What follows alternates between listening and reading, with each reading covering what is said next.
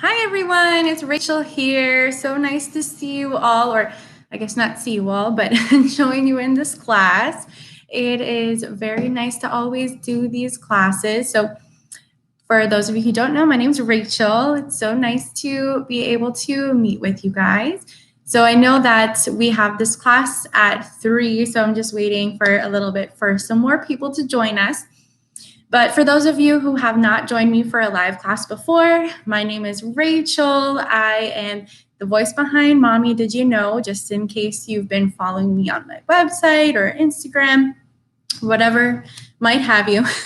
I know some of you have taken my prenatal classes, which has been fantastic. I hope you guys are all having a wonderful holiday. I see a few people are starting to join us and come on. So I just want to say a humble thank you for joining us and hello. So my name is Rachel. Like I said, I am from Florida.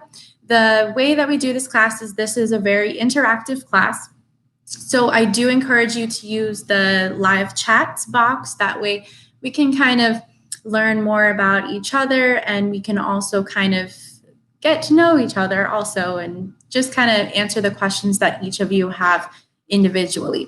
So like I said, my name's Rachel. I'm from Florida. So I have a few people on. You can just type in where you are from, your name, and maybe if you are pregnant, how many weeks you are, or if you have a baby, I guess how old your baby is. And we can go from there. That's also a good way that I can kind of gauge where to focus in this class. So you're from Florida as well. At least I think F would be from Florida also, but it's very nice to meet you, Christine. And so anyways, this class will be based on whatever you guys need. So I have a few questions that people have asked, and you're 22 weeks. So that's fantastic. Honestly, I kind of like that period of time in your pregnancy. That's when you start getting your rush of your second wind. If they say basically your first trimester, you're all groggy and your body is doing so many things. Your second trimester, you're starting to get your second wind. You feel like you're kind of more relaxed, more at ease. You're probably know if you're having a boy or girl already, unless it's a secret till the end. Then your third trimester, you're kind of just waiting for the finish line already. So I have 2 boys, so I know how it is.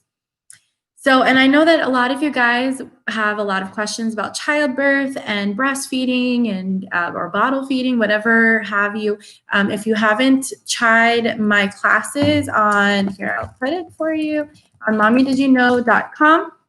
They have amazing classes about childbirth, breastfeeding, baby care. And then, of course, if you have any questions, you can always send me an email. Just let me know. I'll be more than happy to help you guys out. So to start off, our first section is going to be about childbirth. So I know that we have Christine from Florida, is 22 weeks. Figure some more people will be joining us as well. But for our first section, we're going to talk about some signs and stages of labor. So who can tell me what is the difference between true labor and false labor? How will you know if you are actually in labor versus just having Braxton Hicks, which actually you can even start having Braxton Hicks in your second trimester, especially if it's not your first baby. With my first, it felt like it kind of took a while to start feeling everything. But with my second baby, man, I was already 8 weeks and I'm like, oh man, I'm already showing. By 16 weeks, I was like feeling kicks already and all that. And even Braxton Hicks came a little bit earlier as well. So who can tell me what is the difference between true labor and false labor? You can use the live chat. That's just kind of a great way that we can stay interactive. I'll give you a hint. It deals with the frequency of the contractions and how regular they are. Usually, false labor is very irregular in the frequency. Frequency is how long is it in between contractions. So if you have a contraction, then 10 minutes later, you have another contraction, and then 3 minutes later, you have another contraction. 5 minutes later, you have another. Even though the contractions are kind of close together with the 3 and the 5, but they're very irregular in frequency. Therefore, it's probably false labor. You'll notice with true labor, it will be a lot more regular. So that's very important for you guys to know, even if you're kind of earlier in your pregnancy, in your second trimester and third, because you want to make sure if something is Braxton Hicks or if it has the possibility of being preterm labor. Now, I also work in the hospital, so I not only am a lactation counselor, but I'm also a nurse. So at least it's kind of good that we do these so I can kind of tell you some warning signs and things like that. So your regular contractions, and they're also a lot more intense. So let's say you're talking, you can talk through them, you can breathe through them. It's probably Braxton Hicks as well. And then another thing is Braxton Hicks usually goes away when you start resting or maybe drink some water. That's actually a big telltale sign that it is Braxton Hicks and not other contractions as well. Because if you have contractions that are regular in duration, they're very close together and they're strong, you're like, all right, I might be having real contractions. But if they are irregular, they're very strong. Well, actually irregular, not very strong. And they go away when you start drinking water and having fluids and resting. You're like, all right, it can be possibly Braxton Hicks at that point. Does anybody have any questions about Braxton Hicks or preterm labor, anything like that? Because if you do, you can always let me know. And then I'm sure we have a lot of other questions too as we're going through these. So another question were the stages of labor. So someone was asking the difference between real labor, false labor. So now there's also stages of labor. So just because you have the contractions does not necessarily mean that you're in labor. Real labor actually, so my Braxton were in my belly and were just uncomfortable. Labor was in my back and felt more painful. So thank you, Christine. That's actually a really good point too, is that real labor also sometimes you'll kind of feel it in your back as the baby's moving down. And it's very difficult to find a comfortable position. That's another thing that I've noticed too, is sometimes it's very difficult to be able to feel comfortable just because the labor is also causing cervical dilation. That is a big section of labor. If your contractions are causing cervical dilation, that is a pretty big indicator that you are going into labor. Usually your OB will be able to check you at that point. Usually OBs can kind of have it as a global package. What they do is most of your OBs will say, okay, for the duration of your pregnancy, you'll be due for, whatever your copay is, $150 or more if you're self-pay. And then that will include all of your prenatal visits, and that will include the doctor to visit you in the hospital. But it is a lot cheaper to get a cervical check at your OB than it is to go to the ER, just to keep that in mind. Because sometimes if you go to the OB/ED and you're not in labor and they have to send you back, sometimes they charge you like a whole other fee. So it's very important to kind of talk to your insurance and see, if you were to be in labor and you were to go to the ER, would they charge you like a whole ER visit? Like in my case, an ER visit would be $250, even though it's a labor check. So that insurance is not very good for that. Rather than if I go to my OB doctor, it's actually included in my package. So then therefore it would actually be free. So that's why, especially as you're getting closer to your delivery time, if you were to have a labor check, make sure that you know what would be expected financially of you as you start getting closer. So we have signs of labor, real labor, false labor. Next, we have the stages of labor. So the first stage of labor is your pretty much 1 to 10 as your cervix is dilating. So 1 to 3 is normally your early labor, but you might actually get sent home from the hospital still. Like let's say you go into the hospital to get a labor check and we'll check you and you're 2. sometimes they'll say, okay, go home, walk around a little bit and come back later. If you're like 3 and above, usually that's when they'll say, okay, you're probably ready. Let's give you some, if you want, they might give you Pitocin. They might say, okay, walk around again. Let's see what happens. Depending on what your plan is for your childbirth. And then as you progress, your pretty much 3 to 7 is still active labor. And then 7 to 10 is your transition. That's when it starts getting a lot more painful. Your cervix is dilating. Sometimes it can go by really, really fast. And then your second stage of labor is your pushing. So pushing can last anywhere from like, boom, baby's out to, sometimes even we'll have to spend hours pushing between rests and things like that. So it really depends. Also, your first baby, you might be pushing more. I remember with my first baby, I was in labor for like 18 hours.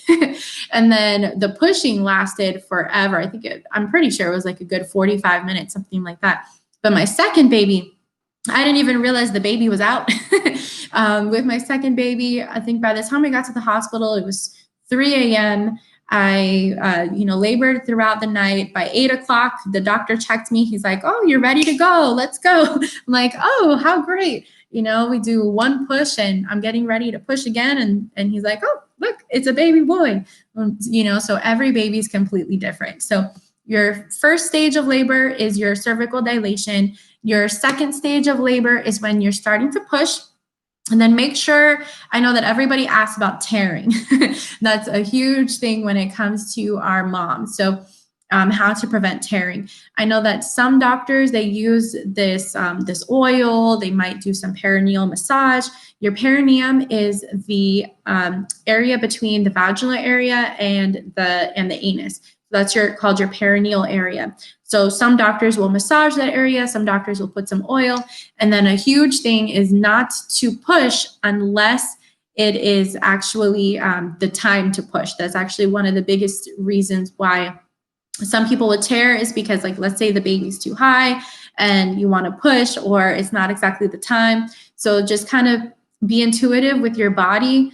Try to calm down as much as you can, breathe. And then especially for breathing, it's not only for the mom, but breathing is also for the baby as well. So when you're breathing, you're not only oxygenating yourself, but by adequately breathing, you're also oxygenating the baby. Because if you're thinking about it, as your uterus is contracting, it is kind of stopping a little bit the blood flow, because every time your uterus is contracting, that placenta oxygenation is kind of diminished a little bit. So what you want to do is you want to make sure that you have adequate breathing. That way your baby is well oxygenated, so that when the contractions do occur, that there's not too much of a deoxygenation happening to the baby, that the baby's still getting good circulation. So that's why, in case you'll ever see, if anybody probably ever seen that doom, doom, doom, doom of the fetal monitor, and if the heart, that's always checking the heart rate. And if the heart rate were to drop a little bit, sometimes the first thing that they'll do is they'll turn mom to the side. I'm sure you probably heard that a few times, is like, oh, lay on your left side. That is pretty much to increase the oxygenation to the placenta, therefore to the baby, because there's always more kind of blood circulating through that area. So it allows it to be a lot more effective with the blood going to the baby. So they'll turn you to the side. That doesn't work, which, sometimes the baby still is in a little bit of distress. They might stop the Pitocin if you are being induced, because they want as little stress as possible. They don't want to have too much stress on the baby. They might stop the Pitocin, and they might give you a face mask. So you're probably asking, why would they give me a face mask if my oxygen is okay? Because sometimes I'll hear that too. Why do they give a face mask if my oxygen is okay? It's the baby's heart rate that's going low. But whatever mommy's getting, the baby's getting too. So they might actually turn you to the side a little bit. They might stop that Pitocin, and they might put a little face mask. Those are all ways that they might try to get that heart rate back up. So it's, and actually that happened with my second baby. I did need to have the face mask. So it's very important to just kind of stay as calm as you can if that were to happen, just because you want to maintain that good oxygen flow to the baby. And then our first stage of labor was that cervical dilation. Our second stage of labor was the pushing phase, where it's very important that you are pushing when it's most effective, and that you also are making sure that you're breathing adequately, especially during contractions, just to help kind of oxygenate the baby a little better. Now, the third stage of labor is actually one thing that a lot of people don't realize. Our third stage of labor is when the placenta comes out. Because once the baby comes out, people are like, all right, that's it. But the placenta has to come out as well. And that is our third stage of labor. So that is basically and actually when your placenta comes out, it doesn't hurt as, it just feels like a glob coming out, like more than anything. You might still get a little bit contractions as the placenta is coming out, but it is not nearly as uncomfortable as the actual baby coming out.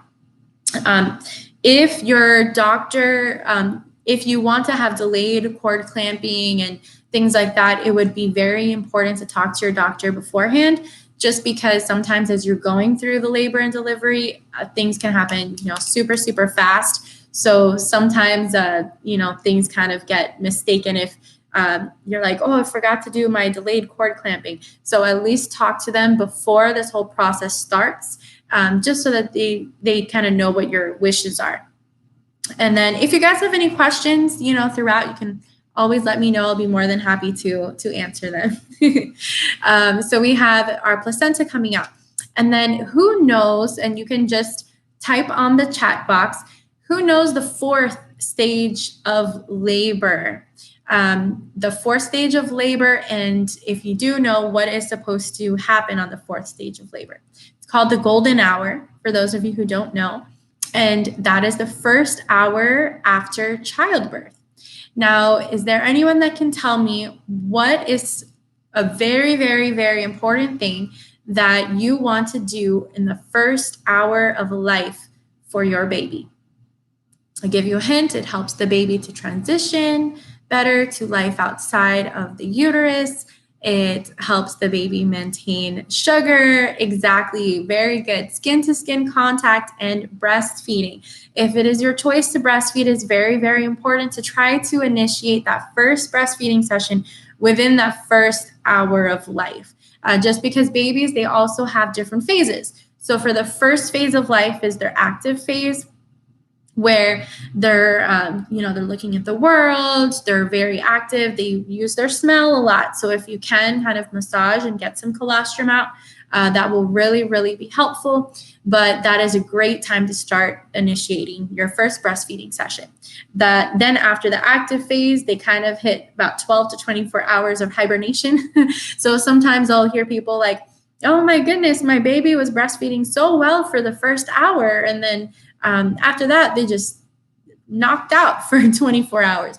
That is normal. You want to make sure that you understand the phases of your baby's life. So the first hour to 2 hours is the active phase. Then they kind of conk out at you and they're just like sleeping. So you want to definitely wake them up to feed. Try to be as efficient as possible. You can, different ways to wake them up. You can put them skin to skin. You can change their diaper, tickle their head, tickle their feet. Babies hate it when you touch their feet. Those are all different ways to be able to help your breastfeeding session kind of wake them up. And you can always express a little bit of colostrum, put it on the baby's nose so that they can smell, because babies don't work through sight in the beginning. They work through smell. So always nipple to nose, try to get that baby to smell, and then and open. So you also mentioned skin-to-skin contact. I am a huge, huge advocate of skin-to-skin contact. If mom is unavailable for whatever reason, I also tell them that dad can do skin-to-skin contact as well. I understand a lot can happen in a delivery, and sometimes mom might be unavailable for a little bit to do skin-to-skin, but that baby studies show that skin-to-skin contact really helps with the transitional period. So by doing skin-to-skin, it helps baby by regulating their temperature, regulating their sugars. It helps them actually stay calmer. And a huge thing too is it calms their central nervous system down. What you'll notice is babies, when they're born, their central nervous system goes into hyperdrive, like, oh, what just happened? And sometimes they can be very aggravated, crying. You'll have a lot of rooting, a lot of, this kind of movements. Sometimes it's because the baby does want to nurse, but sometimes it's just because of an overstimulated CNS, or central nervous system. So that skin to skin actually helps the baby to calm down a lot more than obviously wrapping the baby in some blankets and putting the baby in the crib. Skin to skin can definitely help with that. And you can do skin to skin for the duration of your hospital stay. So some people are like, oh, I'll do skin to skin for the first hour, but you can do it as long as you want. Actually, every time I nursed my baby as a newborn, I always took his clothes off and I put him skin to skin with me, actually with both babies. It's just, it helps to have a much more efficient breastfeeding session. Because especially if you wrap that baby up in blankets and you want to breastfeed, by the time you have all the blankets, the baby's like so far away. But by having that baby skin to skin with you, it allows them to have a much more closer position to you. It allows you to have more efficiency as you are positioning the baby, and have a much deeper latch. So that's why that skin to skin really helps in that fourth stage, that golden hour, and then as much as possible after that. So that was my little tidbit about childbirth. Does anybody have any specific questions about childbirth or anything that they especially wanted to talk about?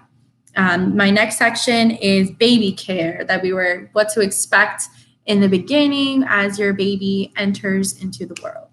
I know that you guys have probably a ton of questions, but if you guys think of anything, and it's something that we're obviously not answering because I can't really go over everything that is possibly that you will possibly encounter as you deliver your baby. Olive Garden is we just went to Olive Garden, so that's what this was.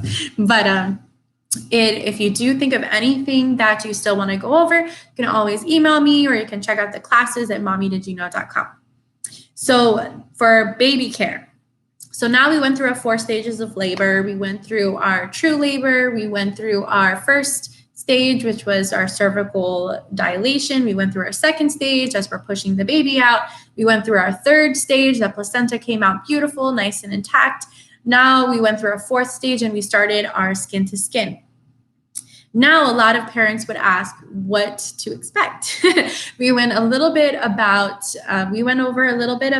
the different stages of baby's behavior. So all moms should know the normal newborn behavior as babies first start out and they're first born. You'll have that first hour or two of active phase where they're looking around the world. You'll have that 12 to 24 hours of that hibernation phase. And then after that, you'll have the fiesta time.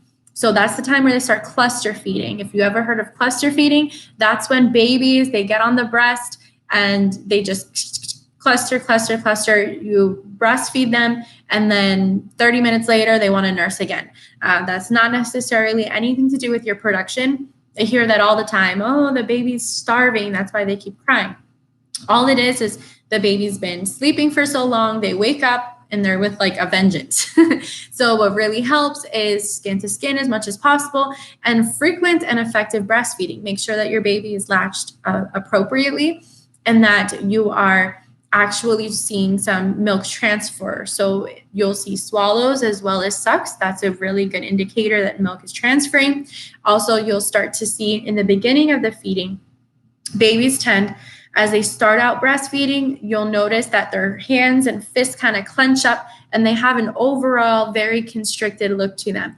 Then as they start to relax, as the nursing session starts to kind of come to a close, they'll start to relax and the palms of their hands start to open and they have a much more relaxed look to them. That's how you can kind of tell that this session is about to end. It is normal also that babies will kind of suck, stop for a little bit, and have frequent pauses. Sometimes it can even be a few minutes. If you think about it, it's kind of like those old fighter video games, where they would have the energy bar and the energy bar runs out and then you have to wait for that energy bar to go back up. It's kind of the same thing.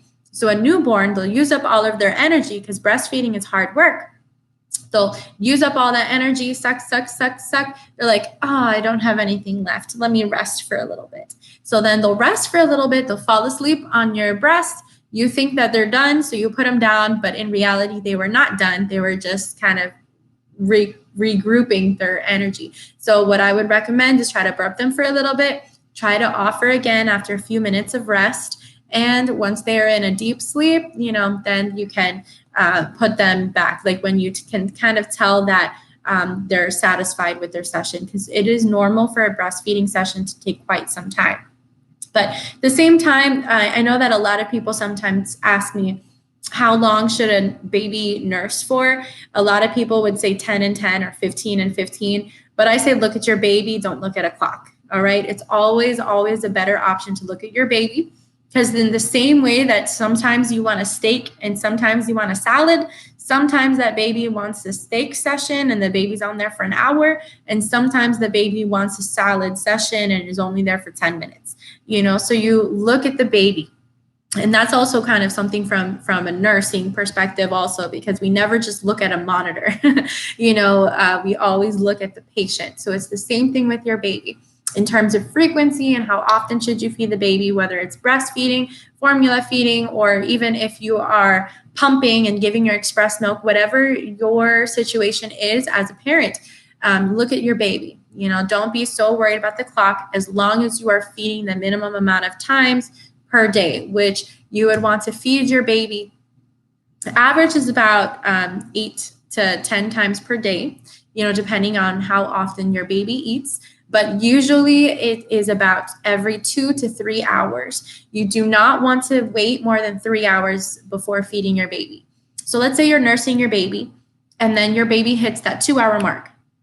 You're like, all right, I just nursed my baby at 6 p.m. It's 8 p.m. and your baby is completely knocked out. No feeding cues whatsoever.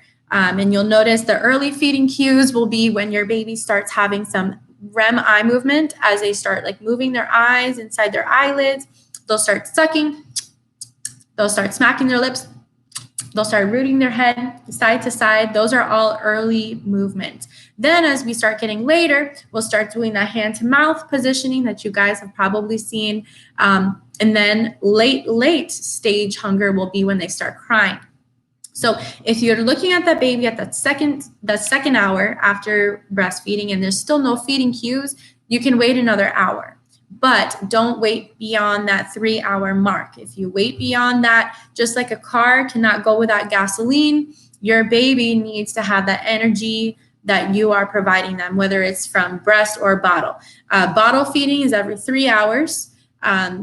Sometimes up to 4, because that bottle, sometimes if you're giving formula, sometimes it sits a little bit longer in that belly of yours. Now, whatever your feeding choices are, you can always call me if you have any questions. You can always email me if you have questions. I don't only help people breastfeed, I help moms as a whole.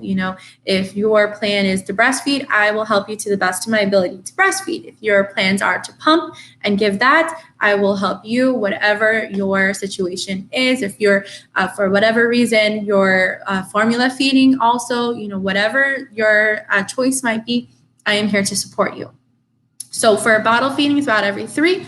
Breastfeeding is every 2 to 3 or on cue. They used to say on demand. You probably heard that, okay, let's do on-demand feeding. But it actually has been showing that kind of the connotation on-demand feeding gives the connotation that if your baby's feeding more, that means that like mom doesn't have enough. Like people were saying, how come it's the baby's demanding so much from me? So instead of saying on demand, they'll say on cue, just because it's not like your baby saying, hey, feed me now, but it's more cues. When your baby's starting to show those REM eye movements, when they're starting to suck on their lips, when they're starting to move their face from side to side, and they're starting to move their hands, hand to mouth positions, those are all wonderful, wonderful feeding cues. Make sure that you are not waiting until your baby's crying to feed, okay? That is a huge thing that I see a lot of parents do, especially in those first few days when they're obviously tired. So you're tired and your baby's hungry. but you want to sleep a little bit longer. You're like, maybe I'll give them 10 more minutes. But then by that point, they're crying, and it's a lot harder to feed a crying baby because you obviously have to calm them down first. So it's always better kind of doing those early feeding cues and then go from there. So my other question that a lot of people had is what to expect in the hospital in terms of baby exams and lab work. So every hospital is different. Some hospitals will have different timings for the exams that I'm going to tell you, but normally all hospitals will have these exams. It's just the timing of them might be a little different.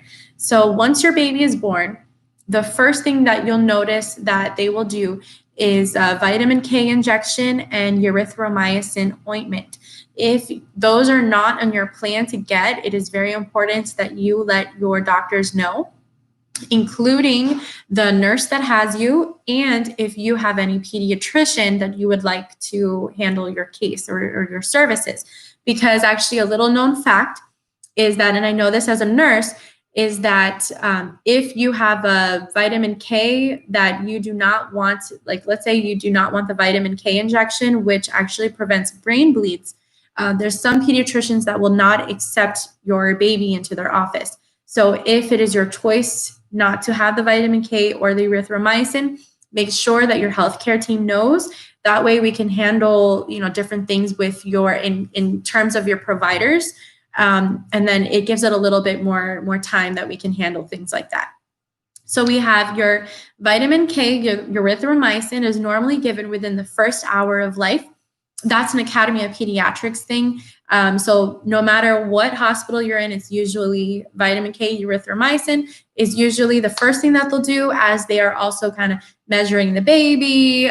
They'll probably be doing a weight for the baby. They'll probably be doing the APGARs. Well, all of those pretty much do APGARs. APGARs are basically it's a number from 0 to 10, in which it kind of tells us how viable the baby is or how healthy the baby is. So 10 means the baby's pink, the baby's tone is perfect, the baby's cry is perfect, everything is perfect. Very rarely do I ever see a 10. It's usually a 9. It's usually like 9 and 9 or 8 and 9. And the baby most of the time will get numbers off for color. So APGARs is something we can kind of go into another time if you wanted. But if in case you ever hear them say, oh, the APGARs were 7 and 9, or the APGARs were 8 and 9, or even less, 5 and 9. If it's anything less, you can always ask them, hey, what caused my baby to have a lesser APGAR? So sometimes, like, let's say it starts out as 5 and they do some oxygen, or they do some suctioning or something, and then it goes up after that. So that's what we'll see. So don't be concerned if you see a low APGAR in the beginning. Sometimes it might be a little low in the beginning, but then if they handle it and it goes up, that's in the end, that's what we're looking for. We want to make sure our baby's healthy, happy, nice, and pink.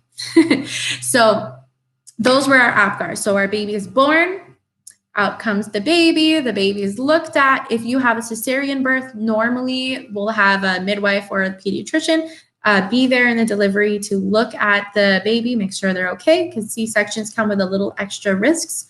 Vaginal deliveries, normally the doctor will see the baby within the first 24 hours, and that's pretty commonplace no matter what hospital you're in. It's normally the first 24 hours you would want to be seen by the pediatrician. So baby's out, they're doing some towel drying. They want to make sure our baby has a nice cry, nice tone, nice color, all that good stuff. They might have to do a little bulb syringe and superficial suction, because as babies come out, sometimes they do swallow a little bit of that fluid. So we have our baby comes out, they're being stimulated a little bit. They might, they'll be doing those APGARs for the first few minutes. They'll be probably weighing the baby, they'll be measuring the baby, and they'll hand the baby to mommy to do some skin-to-skin time. You can also request them to do skin-to-skin as they're doing all that. Like if you, like for me, for example, I wanted, as soon as the baby came out, I wanted to do skin-to-skin for a little bit, and then I was like, all right, now you can weigh the baby. Those are all things that you can talk about. It is pretty commonplace though, unless there's issue with the baby that they'll normally, take the baby out with a towel. They might dry the baby a little bit, put the baby on mommy's chest. Baby's nice and stable. Baby can stay there for a little bit. Or, sometimes they might have to bring the baby to the warmer, whatever other place they have. They might have to do some additional things. Baby comes out within the first hour. They'll do that erythromycin. They'll do that vitamin K. Then after that, sometimes, depends on your hospital, they might do the hepatitis B vaccine. Hepatitis B vaccine is a 3-part series. That's the only vaccine that you'll be getting in the hospital. If you were to be getting a vaccine, it's normally the hepatitis B. And that's a 3-part series that they'll have the first one within the first week of life, but normally they'll do it in the hospital or in your first visit as an outpatient pediatrician. Then your second and third doses will be done later. So we have your vitamin K, your erythromycin. They'll be doing your possibly hepatitis B. Then they'll also that's the first exam, is a cord blood. What they'll do is they'll take a little bit of blood from the cord and they'll want to see what blood type our baby is. So especially if you are an O type blood or if you're Rh negative, sometimes you might need something called RhoGAM. And then if you need something called RhoGAM, especially if you're an Rh negative blood type, they'll definitely want to make sure to see what blood type the baby is. Some hospitals will have a cord blood in everybody, and some hospitals will have a cord blood on just a selected few. If you're an O blood type or if you are a Rh negative blood type.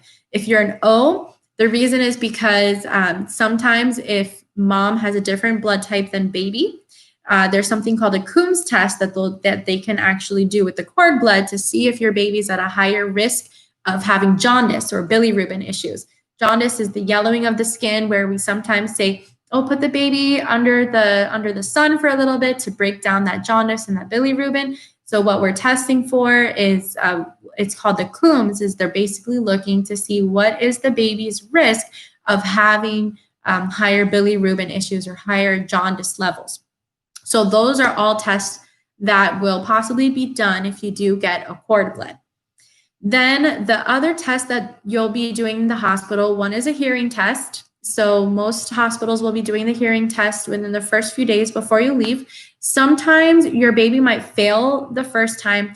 That's not a big deal. Sometimes what happens is there's still water from the delivery inside your baby's ears, amniotic fluid that needs to come out. So sometimes your baby might fail one, or they might fail both ears that first few days. Don't be too concerned. You just might need to do it as an outpatient. Go from there. They just kind of like put sensors there, and then they'll see how the baby's hearing is. They'll also be checking the baby from the pediatrician. The pediatrician will come in, check their reflexes, make sure everything's okay, anatomically speaking, neurologically speaking as well, if the baby's eating well. It's normal to lose a little bit of weight, but they want to make sure that the weight loss is not too significant. They want to make sure the baby's breathing well. Those are your basically two big indicators that you're ready to go home. Is your baby breathing well, and is your baby eating well? If those two are good, and then usually you'll be cleared for discharge. Usually it's about 2 days after a vaginal delivery and about 3 days after a cesarean birth. So now your baby's born, you did your whole labor, everything was great. They did your erythromycin, your vitamin K, possibly did your hepatitis B based on what your hospital does, based on what you want. They possibly did that hearing test. Another test that they do during the hospital is called a bilirubin test. So that's what we were saying, how sometimes they'll want to do a Coombs test at birth. The reason is because normally the bilirubin test is drawn around 24 hours after the baby's born. So if your baby was Coombs positive and had bilirubin issues, they would not want to wait so long before doing that first bilirubin test. They would want to probably do it sooner. So your bilirubin test normally is done around 24 hours of life. However, sometimes it is done sooner if your baby is at a higher risk for jaundice. So the bilirubin test is a heel stick. So it's heel stick is very small. It's kind of like a similar pinch as to if you have diabetes and you get like a sugar check. It's almost, actually, it is pretty much the same Lancet, just a little bit different, but it's basically the same. They'll do it through the heel, and you can even request to do different heels, for different tests. If they have to repeat it, you can say, oh, if we did it on the right foot this time, can we do it on the left foot next time? Something like that. You can always, I'll be more than happy as a nurse, I'll be more than happy to help with that. So the bilirubin test is for jaundice. They'll do that around 24 hours. That is also a good indicator of nourishment and hydration. So normally around 24 hours, you'll want anything less than 5 is considered like perfect. Like this baby is wonderful. So if it is a little higher than 5, the baby might be a little jaundiced. Normally when it starts getting to like the 8s at the 24-hour mark, that's when we'll start doing phototherapy. We'll do treatment, see what's going on. Anything between anything between those is kind of when we're like, all right, we just might need to increase our hydration a little bit, make sure the baby's nursing well. If it's nursing, make sure the baby is bottle feeding well. If it's a bottle, kind of go from that. If your baby's bilirubin is a little higher, they might have to put the baby under these special lights that are called phototherapy treatments. It's basically like an artificial sun, and then your baby is just going to be underneath that artificial sun for a small amount of time until that bilirubin can break down. Actually, both of my babies were under the lights, so it is a very common thing.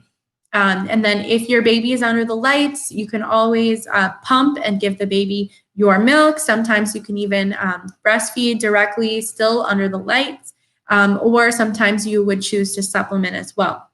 The big thing with that is if your baby's bilirubin is high, you want to make sure your baby's hydrated. So you want to have frequent, efficient feedings every 2 to 3 hours. So if you are nursing the baby who's under lights, make sure that those feedings are rather frequent and that they are also effective. So it can be one thing to say, okay, my baby nursed for an hour, but it can be another thing to say, my baby nursed effectively for an hour. That is a lot different, because sometimes your baby can just be on you, but not exactly nursing quite effectively. So you want to make sure we have nice active sucks, baby has a nice deep latch.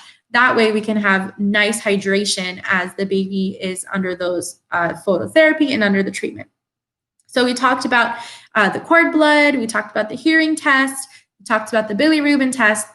Another test that they do also in hospitals is a Florida infant screen, or sometimes called a PKU, depending on what hospital you are and what state you are in.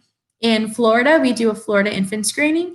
Most of the states, though, will do something similar to that, but at least most of them do something called a PKU. That is a test that they'll do after 24 hours of life as well. And that is a test where it kind of goes in these like little drops, and they have to fill these little circles, and you'll see it as they do it in the hospital, but you fill these little circles with the drop from the baby, and this is a heel stick as well. And then that one's a send out test that goes to whatever central city for your state. So like for us in Florida, it's Tallahassee. Other states might have different ones as well, but most of the time that's a send out test. And then the pediatrician will be following up with those results. The PKU or the Florida infant screen, if you're in Florida, and they might have other things in different states, it tests for a variety of different things, including amino acid disorders, protein deficiencies.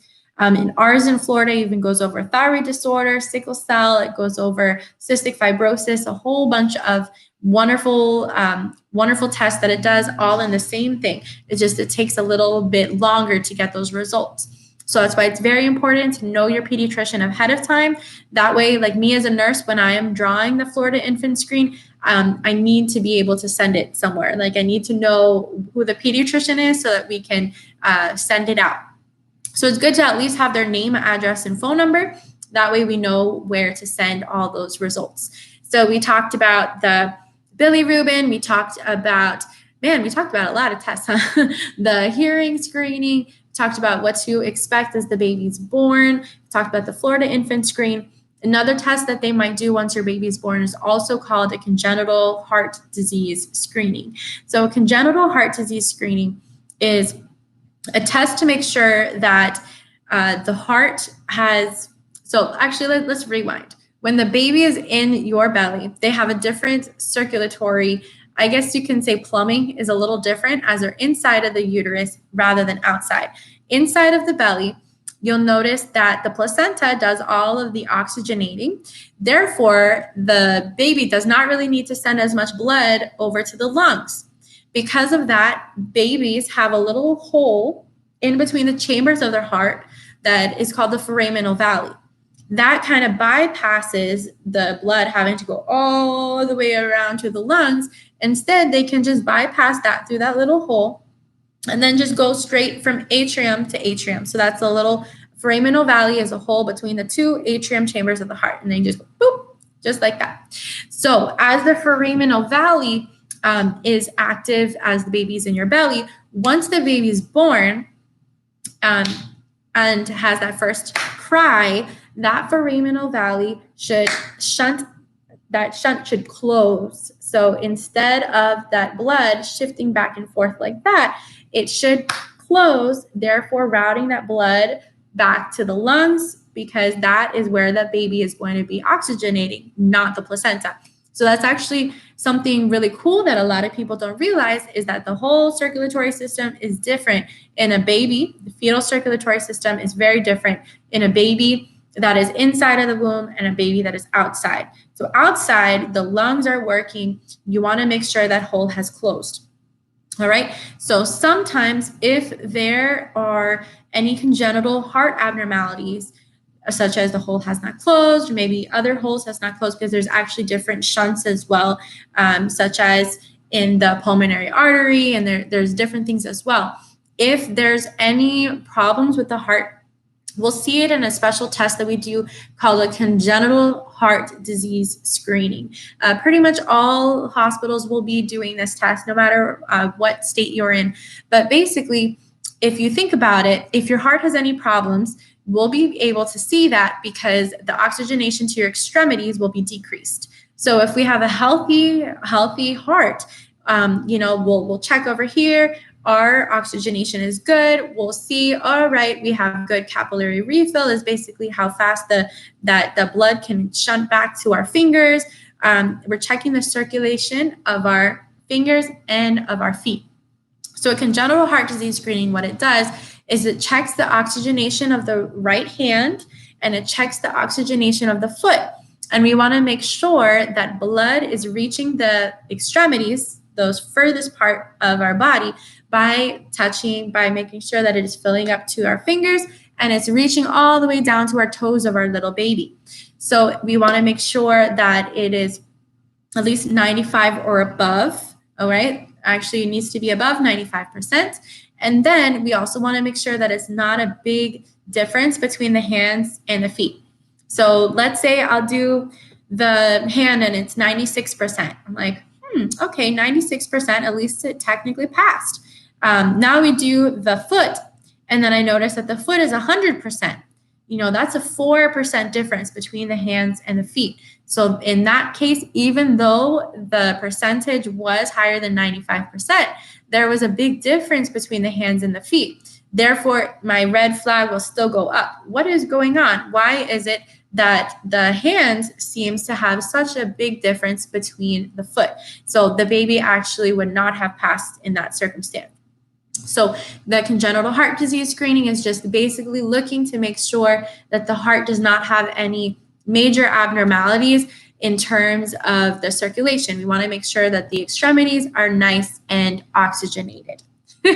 All right, so I know we have a few people that are on, and I want to make sure that you guys completely understand our lab results and our tests that we're doing. So who can tell me what would be a treatment for high bilirubin? So we talked about so this is a question that you can type in the answer. We're doing a check to see if you guys have fallen asleep. Hopefully you didn't, because I think I'm a pretty exciting teacher, yeah. But so let's see who was paying attention. what is a treatment for high bilirubin? Let's say your baby has jaundice. That would be one of the tests that we were talking about. What would be the treatment? So we talked about a few different things to get that bilirubin level down. Remember, the bilirubin is the test that they do around 24 hours of life, sometimes a little bit later. We make sure the bilirubin test is for jaundice, the yellowing of the skin. That's when we say, so what are some things that can bring the bilirubin down? And don't worry if you think you might have a wrong answer. It's okay.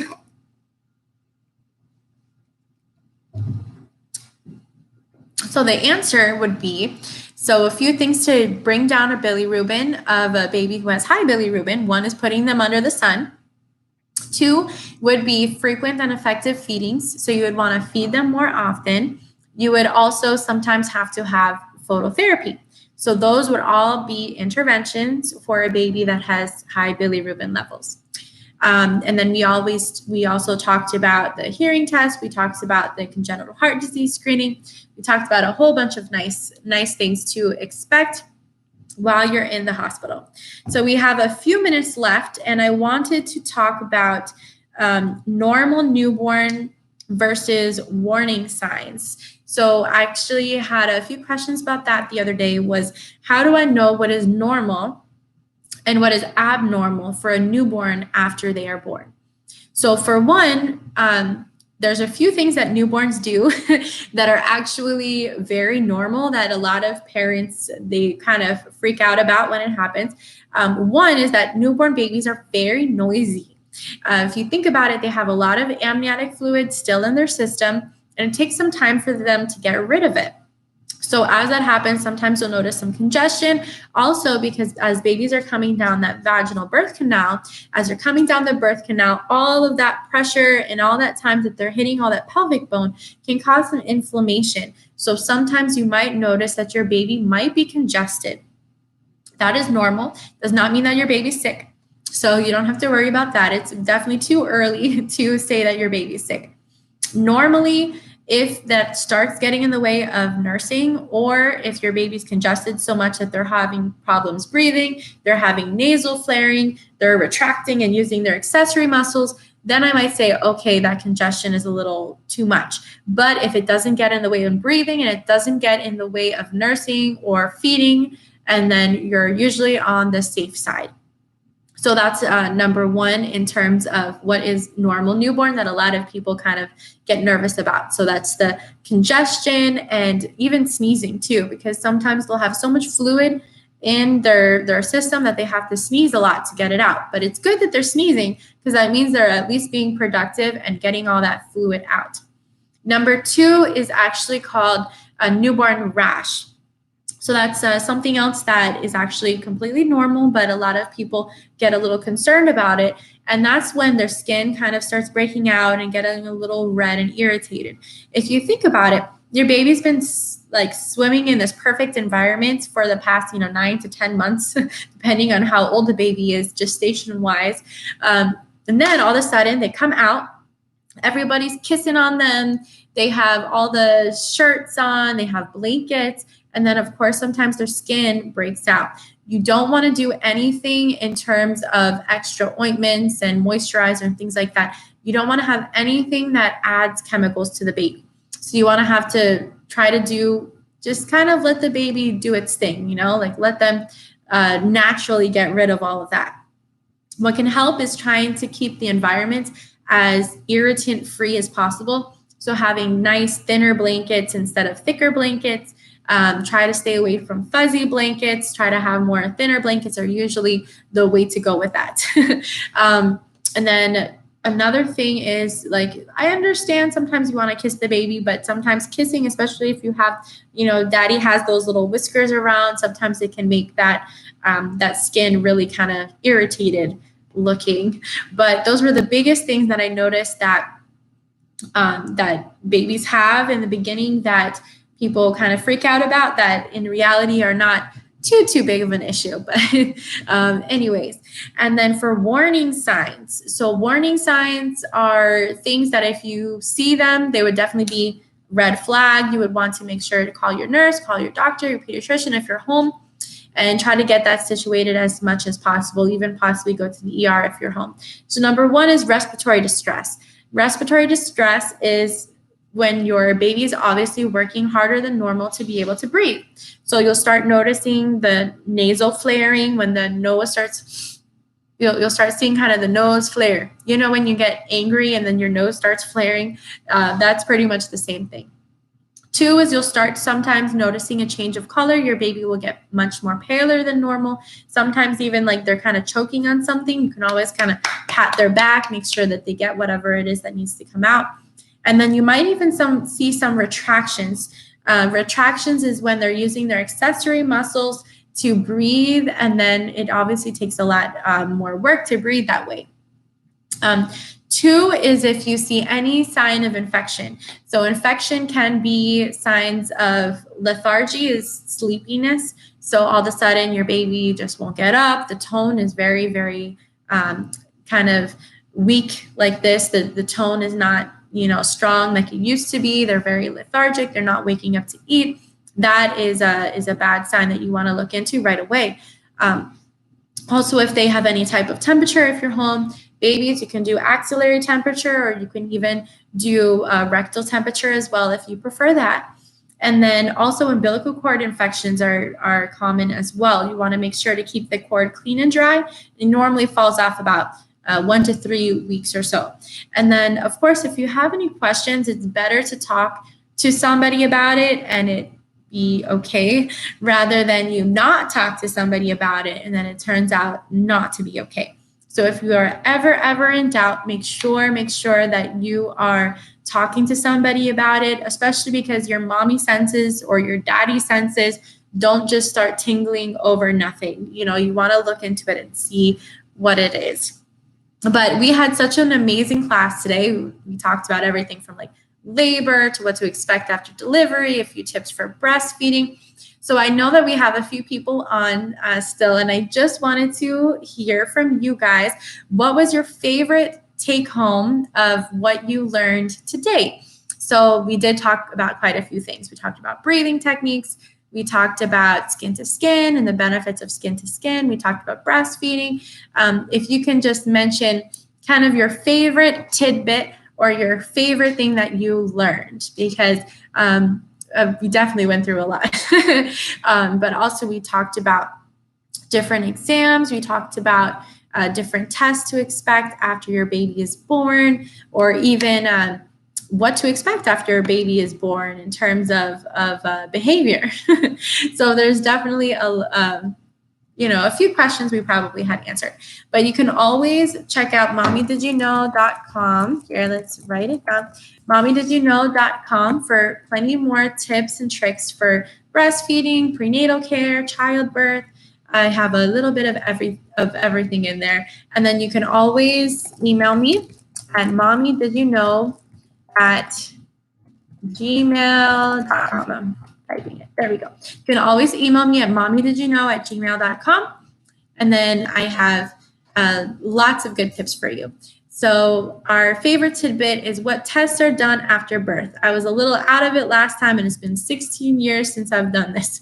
So that is very true. Sometimes it's a while between one baby to the other baby. So it really helps to know different tests that are done on your baby and know why they are done. And there's nothing wrong with being an active advocate for your healthcare and say, hey, why is this test being done? Or why is this treatment being done? Because you are more than okay to ask. It is better to ask and be informed rather than have no clue what's going on. So if you have any questions, you can always email me. We can stay connected on mommydidyouknow.com. You can always check out my other classes as well, my prenatal childbirth classes, breastfeeding classes. I have a little of everything. And then, of course, you can subscribe, stay connected on my YouTube channel. I have lots of great videos about everything from pumping, breastfeeding, even childbirth as well. So it was a pleasure to meet everybody, and I wish you all the best. Thank you so much. Don't forget to stay connected and subscribe as well. Have a wonderful rest of the day, everybody.